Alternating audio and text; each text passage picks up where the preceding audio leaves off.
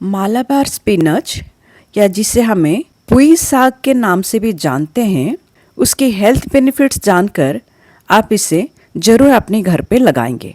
पुई को कब और कैसे लगाया जाए, क्या इसमें डिजीज लगती है जैसे बाकी लीफी वेजिटेबल्स में लगती हैं, इन सब के बारे में आज मैं बात करूंगी। उससे पहले जान लेते हैं इसकी हेल्थ बेनिफिट्स। इसमें रेगुलर बेसिस पे जो पालक हम खाते हैं उससे 3 गुना ज़्यादा विटामिन सी इस मालाबार स्पिनच में पाया जाता है। साथ में इसमें vitamin A, C, calcium, potassium और आयरन के साथ साथ खूब सारे मिनरल्स भी पाया जाता है। तो आइए जान लेते हैं इसको अपने गार्डन में लगाएं कैसे। मालाबार स्पिनच को आप 2 तरीके से अपने गार्डन में लगा सकते हैं, बीज से और कटिंग से। चाहे वो आप बीज लगाओ या कटिंग लगाओ, गर्मी और बरसात यही 2 सीज़न मालाबार स्पिनच लगाने का सही समय होती है।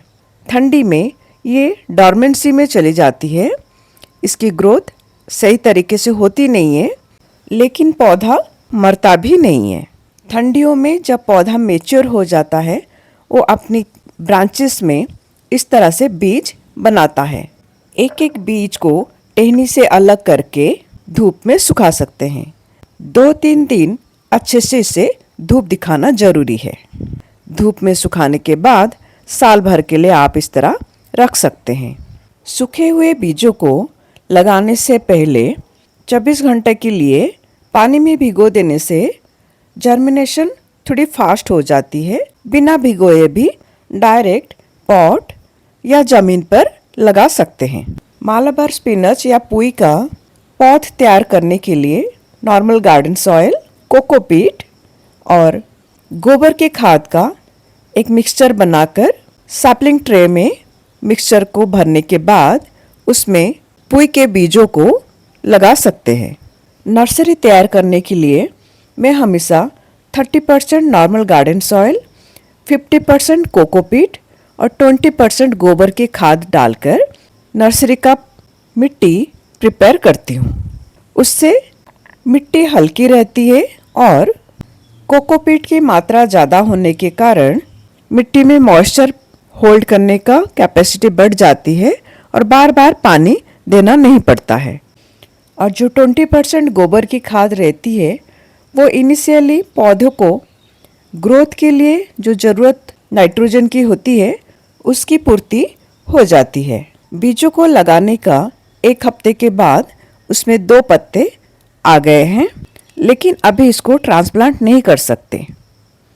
जब इसमें 4 पत्ती आ जाएंगी तब इसको मैं ट्रांसप्लांट करूंगी। कौन सी मौसम में लगाना चाहिए, बीज कैसे कलेक्ट करें, ये 2 पॉइंट के बाद अभी बात कर लेते हैं कितनी बड़ी कंटेनर साइज में इसको लगाना चाहिए।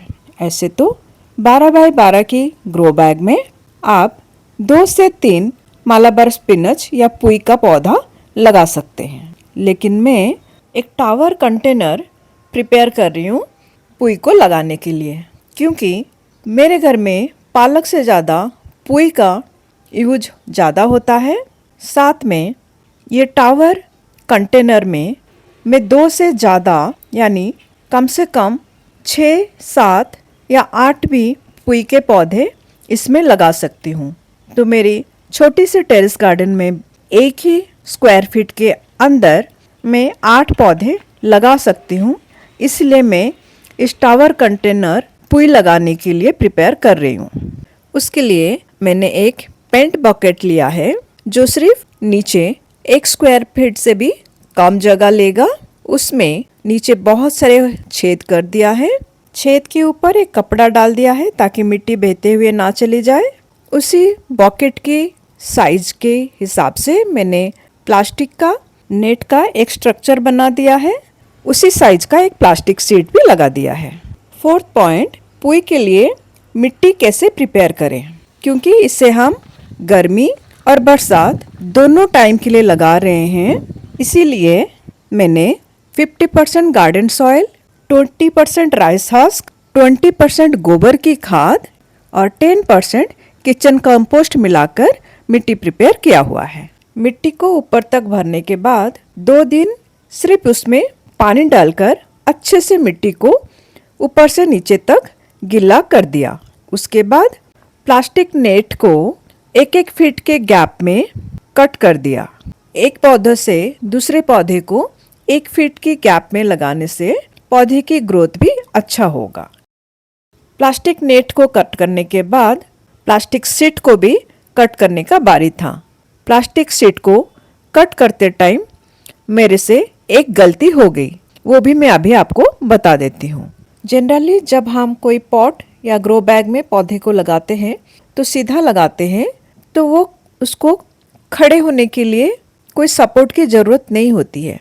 लेकिन जब इस तरह कोई खड़ी सरफेस में इसको लगाया जाए तो उसको नीचे सपोर्ट की ज़रूरत होती है। मैंने जो अभी कट मारा उसमें वी एंगल गलत मारा है। अब देखिए, इस तरह मैं अगर प्लास्टिक शीट को उल्टा भी से कट करती हूँ तो प्लास्टिक शीट में एक परफेक्ट पॉकेट शेप बन रहा है, जिससे कि पौधे को होल्ड करके रख पाएगा। दोबारा दिखा देती हूँ। प्लास्टिक शीट को उल्टी भी शेप में कट करना चाहिए, उससे मिट्टी बहता हुआ नीचे नहीं चला जाएगा और प्लास्टिक शीट पौधे को पकड़ के रख पाएगा। इस तरह टावर कंटेनर में पौधे लगाने से पहले मिट्टी अच्छे से भीगी हुई होनी चाहिए। उसके लिए 3-4 दिन पहले से ही उस मिट्टी में पानी डालकर कंटेनर की मिट्टी को गीला जरूर कर ले। टावर कंटेनर के अलावा मैंने 12x12 की ग्रो बैग में भी 3 पुई के पौधे लगाया हुआ है। इसमें भी पौधे बहुत अच्छे से ग्रोथ करते हैं, लेकिन 12x12 के ग्रो बैग में 2 पौधे लगाना मेरे हिसाब से सही है। पुई को कटिंग से भी लगाया जाता है। इसके थंब जितना मोटा यानी अंगूठी जितना मोटा ब्रांच को कट करके गर्मी या बरसात में लगा देने से भी पौध बन जाती है। पुई 2 कलर में आती है, ग्रीन और रेड कलर। हमें हर कलर के वेजिटेबल्स अपने खाने में शामिल करना चाहिए, तो मैं ज़रूर इस साल अपने टेरेस गार्डन में रेड कलर की पुई को भी लगाने की कोशिश करूँगी। पुई एक बेलनुमा पौधा है। जैसे ही ये 1 फीट लंबा हो जाए उसके बाद उसे किसी रस्सी के सहारे ऊपर की तरफ बढ़ने के लिए बांध देना चाहिए। ऐसे तो पुई में किसी तरह भी डिजीज नहीं लगती है, लेकिन लाल रंग की धब्बे हो जाती है। वो भी सिर्फ पुराने और मैच्योर पत्तों में ही होती है, नए पत्तों में बिल्कुल भी नहीं होती है। इसीलिए इसके ऊपर किसी भी तरह की स्प्रे करने की ज़रूरत नहीं होती है। पुई की हरे भरे पत्तों को साग या पकोड़े की तरह इस्तेमाल कर सकते हैं। साथ में उसके डंठल की भी सब्जी बहुत अच्छा लगता है। पुई के ब्रांच को जहाँ से कट करते हैं उसके नीचे वाले नोड से नए ब्रांच आने शुरू हो जाता है। बरसात में जितना उसको प्रून करेंगे उसमें उतने नए ब्रांचेस आ जाती हैं। जून जुलाई अगस्त के महीने में जब बहुत तेज़ बारिश होती है उसमें पालक और चलाई जैसे साग में बहुत सारे कीड़े घूमते हैं, पत्तों को खराब करते हैं, लेकिन उस टाइम पुई जैसे पौधों को कोई भी कीड़ा कुछ भी नुकसान नहीं पहुंचा पाता है। चाहे गर्मी हो या बरसात, कभी भी पुई के पौधे में कुछ भी स्प्रे करने की ज़रूरत नहीं होती है। विंटर में पुई के पौधों में ग्रोथ नहीं होती है, उसके पत्तों में लाल रंग के धब्बे हो जाती हैं और उसमें बीज बनने शुरू हो जाती हैं। इन बीजों को सुखाकर आप नेक्स्ट ईयर के लिए रख सकते हैं। बचपन में हम इस लाल रंग के बीजों से नेचुरल कलर बनाकर पेंटिंग भी किया करते थे। आई होप मेरी दी गई जानकारी की मदद से आप एक हेल्दी लीफी वेजिटेबल अपने टेरेस गार्डन में शामिल कर पाएंगे। Thank you for watching the video. Healthy खाइए, हेल्दी रहिए। God bless you all.